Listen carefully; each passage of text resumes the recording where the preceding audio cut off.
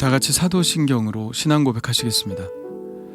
전능하사 천지를 만드신 하나님 아버지를 내가 믿사오며 그 외아들 우리 주 예수 그리스도를 믿사오니 이는 성령으로 잉태하사 동정녀 마리아에게 나시고 본디오 빌라도에게 고난을 받으사 십자가에 못 박혀 죽으시고 장사한 지 사흘 만에 죽은 자 가운데서 다시 살아나시며 하늘에 오르사 전능하신 하나님 우편에 앉아 계시다가 저리로서 산자와 죽은 자를 심판하러 오시리라. 성령을 믿사오며 거룩한 공회와 성도가 서로 교통하는 것과 죄를 사하여 주시는 것과 몸이 다시 사는 것과 영원히 사는 것을 믿사옵나이다. 아멘. 다 같이 찬송가 510장 함께 부르시겠습니다.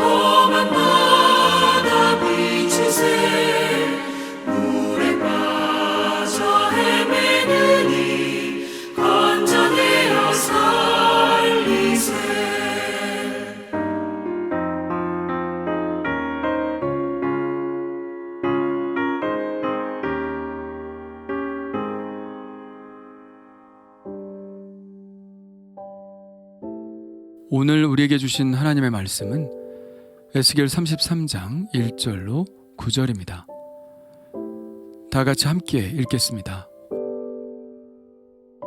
여호와의 말씀이 내게 임하여 이르시되 인자야 너는 내 민족에게 말하여 이르라.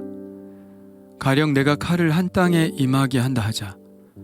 그 땅 백성이 자기들 가운데 하나를 택하여 파수꾼을 삼은 그 사람이 그 땅에 칼이 임함을 보고 나팔을 불어 백성에게 경고하되 그들이 나팔 소리를 듣고도 정신 차리지 아니하므로 그 임하는 칼의 제거함을 당하면 그 피가 자기의 머리로 돌아갈 것이라.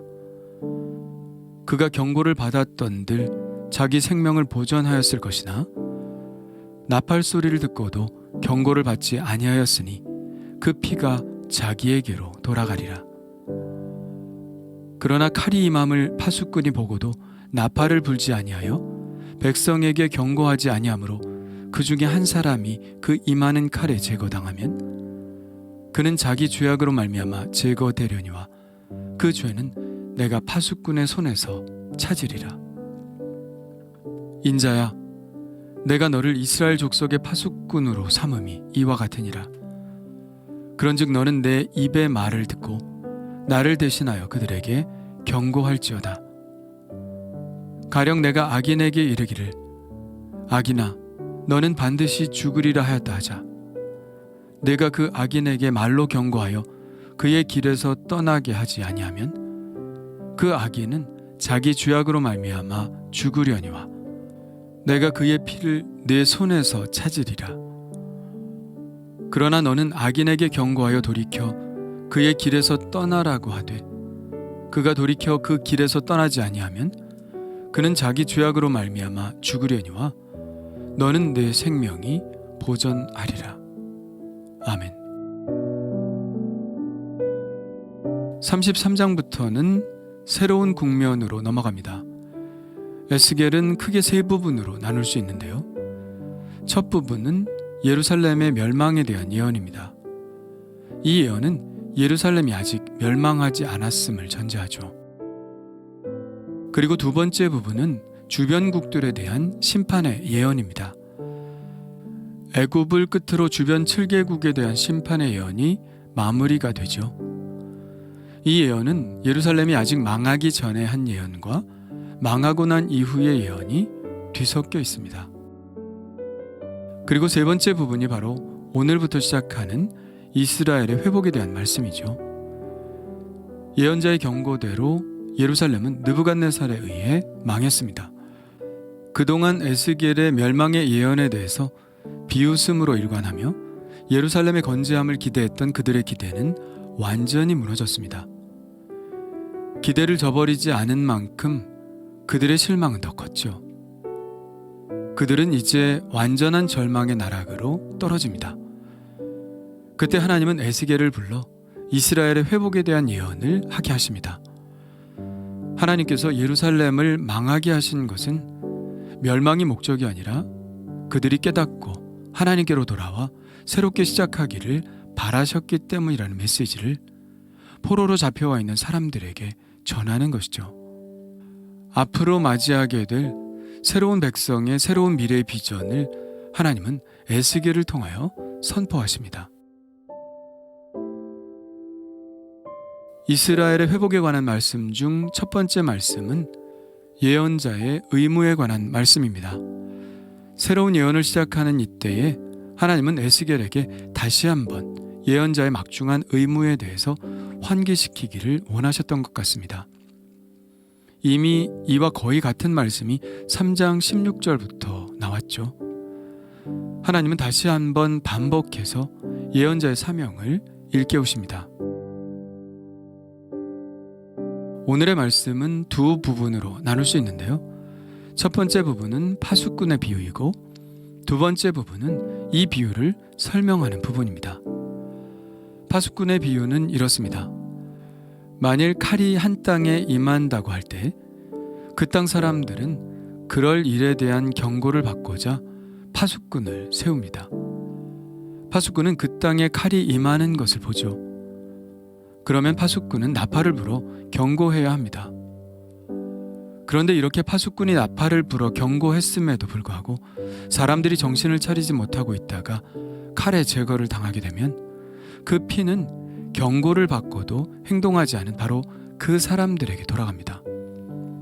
그러나 칼이 임함을 보고도 파수꾼이 나팔을 불지 않아 경고하지 않으면 성의 사람들은 자기 죄로 말미암아 죽는 것이지만 하나님은 그 죄를 파수꾼에게서 찾으시겠다는 것이죠. 두 번째 부분에서 하나님은 이 비유의 뜻을 설명하십니다. 에스겔은 하나님의 말씀을 듣고 이스라엘 사람들에게 경고해야 할 책임을 맡은 자입니다. 바로 파수꾼의 역할인 것이죠.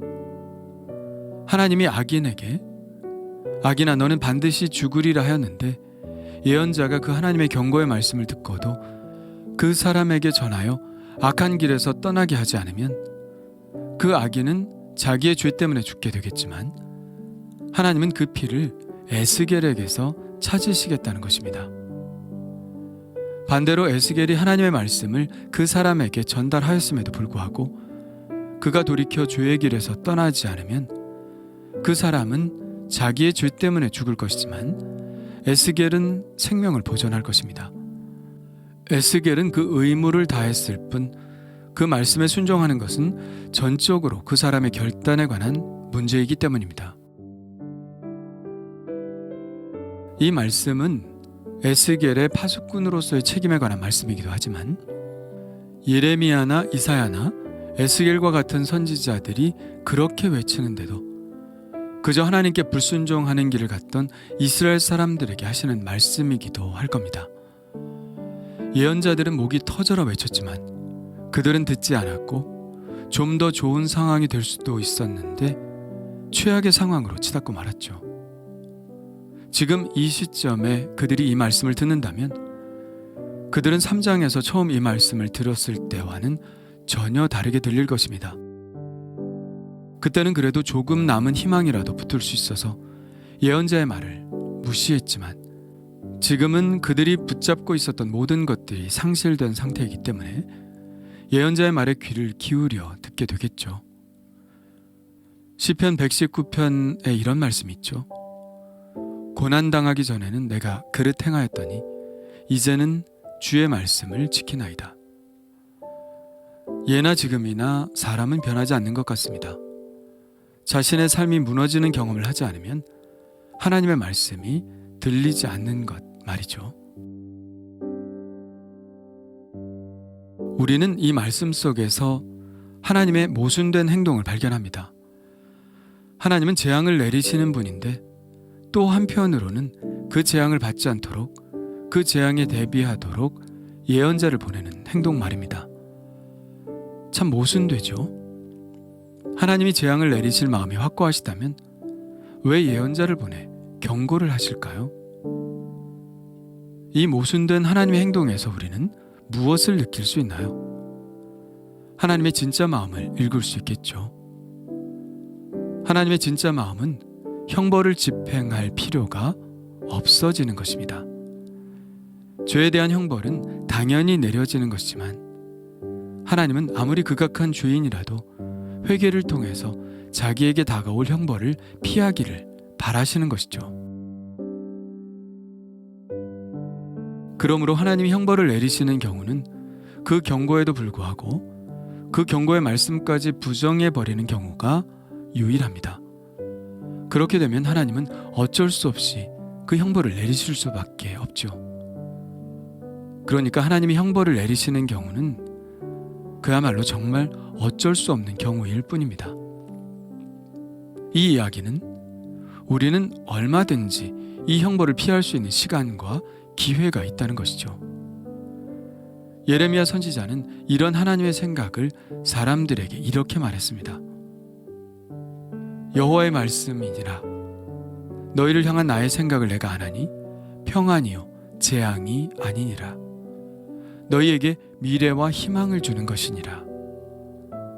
이것이 바로 하나님의 마음입니다. 이 경고가 우리에게는 바로 복음이기도 하죠.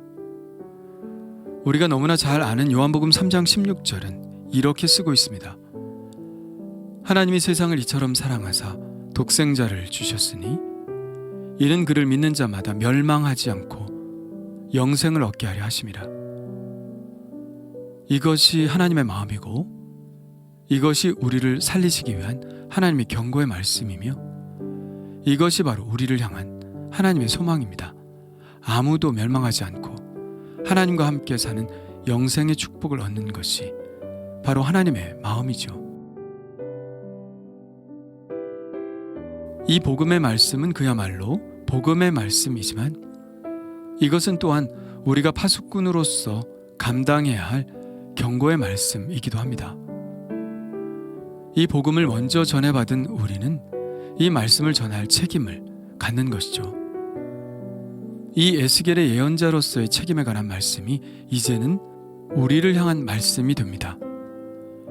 우리가 이 복음의 말씀을 전하지 않으면 그들은 자기들의 죄로 죽을 것이지만 그 전하지 않는 책임은 우리가 지게 될 것입니다. 그러나 우리가 이 책임을 다한다면 우리는 거리낄 것이 없겠죠. 사도행전에 보면 바울과 바나바는 전도 여행을 하던 중 신발의 티끌을 털어버리고 옷의 먼지를 털어버리는 일을 합니다. 이것은 아무리 복음을 전해도 그들이 이 복음을 받아들이지 않을 때 하는 행동이죠. 이 마을의 심판에 대한 책임은 이제 우리에게 없다는 것입니다. 다시 말해 최선을 다해서 복음을 전했다는 말이죠. 다른 사람의 생명을 살릴 수 있다는 것은 사실 우리의 의무라기보다는 특권이죠. 나의 경고로, 내가 전하는 복음으로 어떤 사람이 그에게 다가올 재앙을 피했다면 그것은 우리가 할 수 있는 최선의 일 아닐까요? 그렇다면 나는 이 복음의 특권을 지금 어떻게 사용하고 있나요? 내가 책임져야 할 영혼은 누구인가요? 주님 감사합니다. 에스겔이 부여받은 이 파수꾼의 특권, 성중의 사람들을 살리고 악인들을 돌이키는 이 특권을 주신 것을 감사드립니다. 이미 예수님께서 다 해놓으신 것을 전하는 것뿐인데 이 좋은 복음을 전하는데도 수많은 저항이 있습니다. 그것이 저를 두렵게 하기도 하고 책임감을 약화시키기도 합니다. 주님, 그럼에도 불구하고 먼저 복음을 받은 자로서의 책임을 피할 수는 없습니다. 입을 열어 복음을 전하게 하시고 그들이 재앙으로부터 구원을 받아 하나님의 약속의 땅에 들어가게 하여 주옵소서. 예수님의 이름으로 기도합니다. 아멘. 다 같이 주님 가르쳐 주신 기도 하겠습니다. 하늘에 계신 우리 아버지여, 이름이 거룩히 여김을 받으시오며 나라가 임하시오며 뜻이 하늘에서 이루어진 것 같이 땅에서도 이루어지이다. 오늘 우리에게 일용할 양식을 주시옵고 우리가 우리에게 죄 지은 자를 사하여 준 것 같이 우리 죄를 사하여 주시옵고 우리를 시험에 들게 하지 마시옵고 다만 악에서 구하시옵소서. 나라와 권세 영광이 아버지께 영원히 있사옵나이다. 아멘. 우리 이제 각자 하나님께 기도하는 시간을 갖겠습니다.